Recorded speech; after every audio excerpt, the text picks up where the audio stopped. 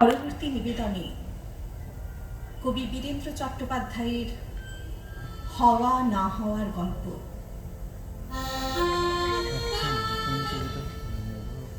সে চেয়েছিল একটি সত্যিকারের প্রেমের কবিতা লিখতে। তার তো একটাই জীবন।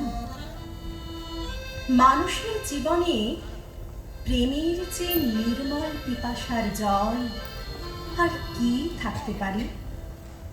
সে আরো অনুভব করত প্রেমী কবিতার প্রাণ, তার শব্দ, তার ধ্বনি, তার মন্ত্র। কিন্তু তবু তার কবিতা, একটার পর একটা তার নিজের লেখা কবিতা, কি প্রেম, কি জল। এমনকি পায়ের নিচের শক্ত মাটি পর্যন্ত খুঁজে পেল না।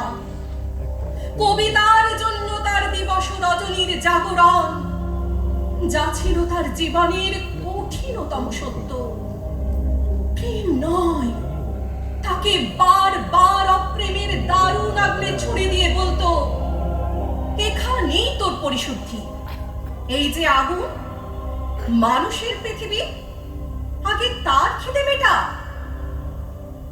তোর সমস্ত কবিতা, তোদের সমস্ত কবিতা সে তার ক্ষুধার্ত জিভ দিয়ে চেটে খাবে। তুই মূর্খ। জীবনের পাঠ এখান থেকেই শুরু কর। দেখতে দেখতে তার কৈশোর গেল, যৌবন গেল। এখন তার মাথার সব চুল সাদা, হাতের 5 আঙুলে মাখে শীত। মাঝে মধ্যে রাত দুপুরে ঘুমোতে না পারার যন্ত্রণায় সে চিৎকার করে উঠত, আমি একটি প্রেমের কবিতা লিখতে চাই, মাত্র একটি প্রেমের কবিতা।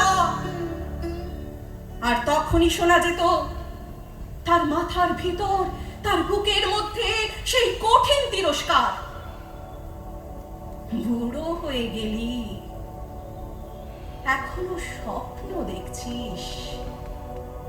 দেখ, ভালো করে চেয়ে দেখ, তোর চারিদিকে এখন হলুদ হেমন্তের পৃথিবী। কিন্তু তারপর কি দেখছিস? ধান কাটা হয়ে গেছে, চাষিরা ঘরে ফিরে যাচ্ছে। কিন্তু মাঝখানে ওকে, ওরা কারা? দেখতে দেখতে তার পাকা ধানের হলুদ পৃথিবী খুন খারাপি লাল, লাল থেকে আগুন, আবার আগুন।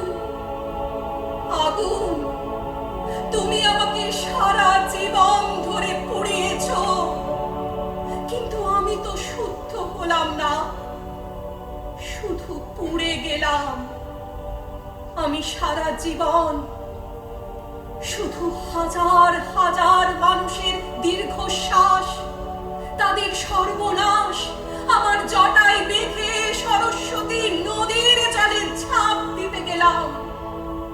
কোথাও তাকে খুঁজে পেলাম না।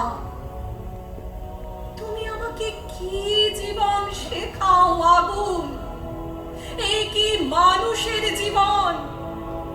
তার একটি মাত্র প্রেমের কবিতা। কবিতা,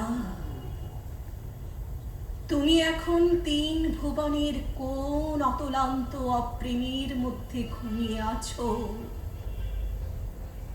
ঘুমাও, তুমি ঘুমাও,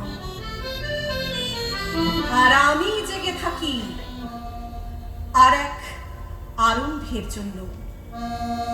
মৃত্যুর মুখোমুখি আমি জেগে থাকি।